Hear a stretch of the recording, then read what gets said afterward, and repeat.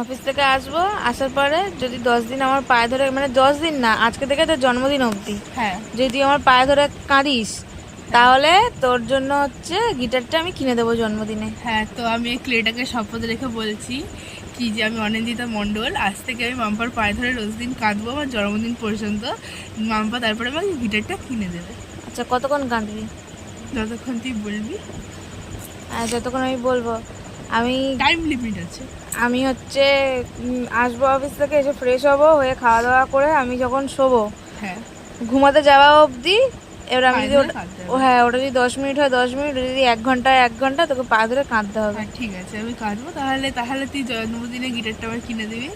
হ্যাঁ, কিনে দেবো, একটা কিন্তু কন্ট্রাক্ট সাইন করতে কিন্তু হবে। তোর জন্মদিনের হচ্ছে 10 দিন আগের থেকে এমনভাবে কাঁদতে হবে যাতে চোখ দিয়ে জল বেরোয়। হ্যাঁ ঠিক আছে, সেটাই বার করে নিতে পারবো, চোখে আঙুল ঢুকিয়ে দেবো।